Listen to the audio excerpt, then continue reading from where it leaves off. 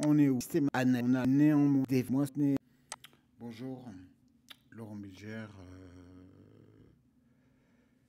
Chat BTS. L'enjeu pour nous aujourd'hui, c'est d'aborder le contexte d'entreprise Bergerac But. Pourquoi? Parce que c'est un contexte d'une trentaine de pages très intéressant qui va concerner tous les étudiants BTS MCO pour l'épreuve E6 de leur BTS, à savoir le management. Le management, c'est une épreuve très importante qui permet d'avoir de très bonnes notes et surtout qui permet de rattraper, le cas échéant, les notes un peu moins bonnes en gestion. Donc tout l'intérêt est là.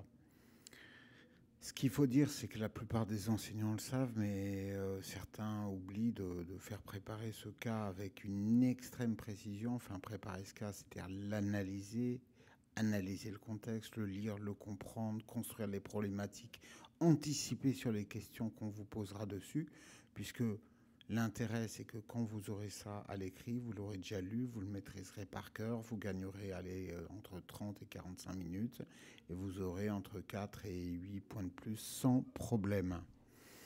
Donc concrètement, qu'est-ce qu'on a là? On a un contexte d'entreprise très lourd, beaucoup d'éléments, But, Bergerac, électroménager, plusieurs univers, des problèmes de rémunération, d'organisation, de logistique, de planning, de motivation, etc. Pour vous, c'est pas difficile. Effectivement, après, le lien, il est compliqué. On peut bien maîtriser son cours en management et avoir du mal à tout mobiliser sur une étude de cas. C'est compliqué.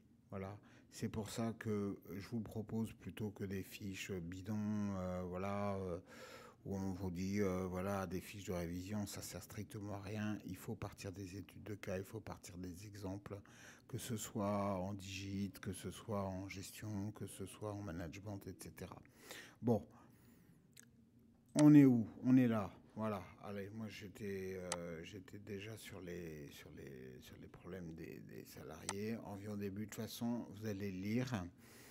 On est analyse du contexte précisément, enjeux, levier, je détaille tout, solutions et innovation. Je passe systématiquement sur point faible, point fort, axe d'amélioration.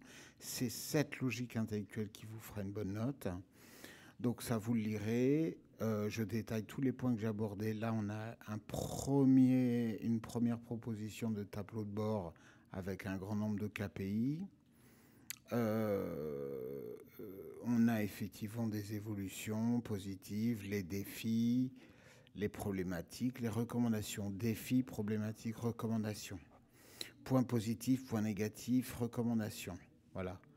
Une fois qu'on a cette logique, vous voyez, moi je fais simple, diversifier les stratégies, renforcer les programmes de motivation, analyser et ajuster régulièrement les stratégies de stock parce qu'il y a un point où il y a très peu de stock, un univers qui marche pas bien, renforcer la différenciation face à la concurrence. Donc on est sur des choses, des précaux qui sont simples, qui sont formulés clairement et c'est comme ça que vous devez les formuler. Ensuite, on va avoir les indicateurs d'univers, les indicateurs commerciaux importants, les chiffres d'affaires par univers, le taux de recours au crédit, les garanties, comment on optimise les indicateurs commerciaux, tout ça vous le lirez, c'est du par cœur. La politique de rémunération, par cœur aussi. On a le profil du directeur puisque c'est un type qui était magasinier, donc a un très beau parcours. Il en résulte une culture d'entreprise avec beaucoup un développement en interne, communication interne, développement et polyvalent, gestion participative, etc.